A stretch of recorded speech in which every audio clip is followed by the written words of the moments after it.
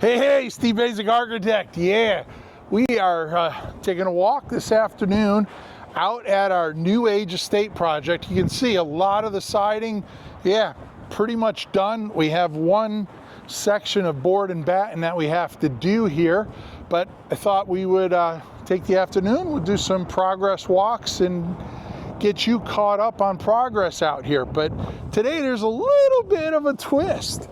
Yeah, you're gonna get a twofer, because we have one of the other architects that has worked on this project, and she's going to take a tour with me. So let's go inside, we'll catch up with Alexandra, and we'll take a tour of the first floor.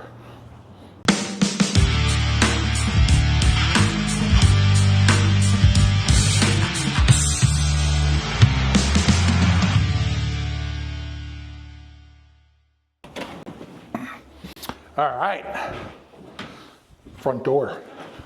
Hey, Alexandra. So I want everybody to meet my daughter, Alexandra. So Alexandra is one of the architects in the office. We also have a third architect, my son, Stevos.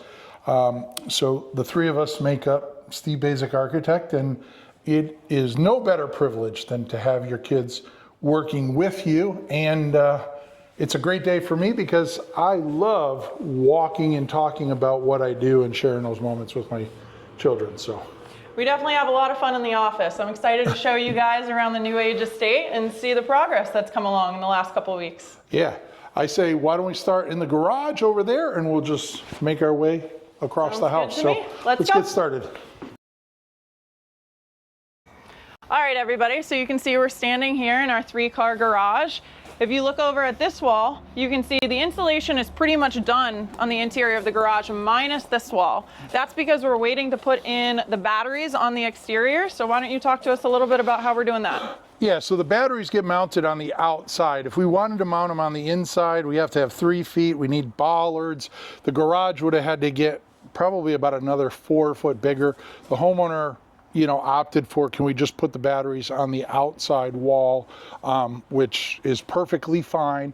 So they're going to be mounted out there, and you can see that we have the armored cable there, but none of the wires are pulled yet. The electrician has to pull those, and we have to set that all up. So after that gets set up, that'll get some insulation finish, and then we'll be able to drywall on the inside here. Sounds good. So we'll wrap that up, fill it with the insulation, and then we just go straight to drywall in here, right? And then we go straight to drywall in here. Notice that we go from insulation to the Zip R9. Zip R9 being our primary air barrier here. That is basically where the house ends. The outside wall, it comes around. We attach the garage to it, and then that gets insulated like an exterior wall. Awesome. So right. The other thing, pointing out, notice on both of these, you can see EV charger. So the homeowners have electrical vehicles. So we have our charging stations there so they can pull in the cars and have it. So they're very prepared, let's say. Does it make a difference which wall you put the EV charger on, whether it's right here in this space or if you put it on one of the side walls for the cars? No, it doesn't matter. I think part of it is having a conversation with the homeowner and saying, do you pull the car in? Do you back the car in? Because if you back the car in and then you put it on the front wall, you're going to have this cable running the length of the garage to plug in, unless it's a car that has the charge on the front of the car. So it's a mix of how do you park, what kind of car do you want. Okay, so it's all client preference to decide where that's going. We can talk about that, yeah. But, and you can see they dug this up. I'm assuming that's where some of the wiring for the storage batteries, that's our connection into the basement. We have some Tesla panels down there that we'll plug that into, so. But, Let's take a look at the rest of the house. All right, so you walk in from the 3-car garage, you take a step inside, and you'll notice we have the powder room, we have a closet space, and then we have the dog's room. Right. So the powder room was a decision made by the client, making sure that we had it close to the back door that has a pool in the backyard, because you don't want the kids running in and draping all of their wet towels and the soaking wet coming through and going through the kitchen and the living room. So rather the powder room right here, and then we have the dog's room that actually, if you take a look inside, we have the dog's wash area too. And you can see right here in the framing, this is cut out specifically because we're gonna have a dog gate that comes out of the wall that the builder is going to fabricate. Yeah, Brian is gonna put that all together.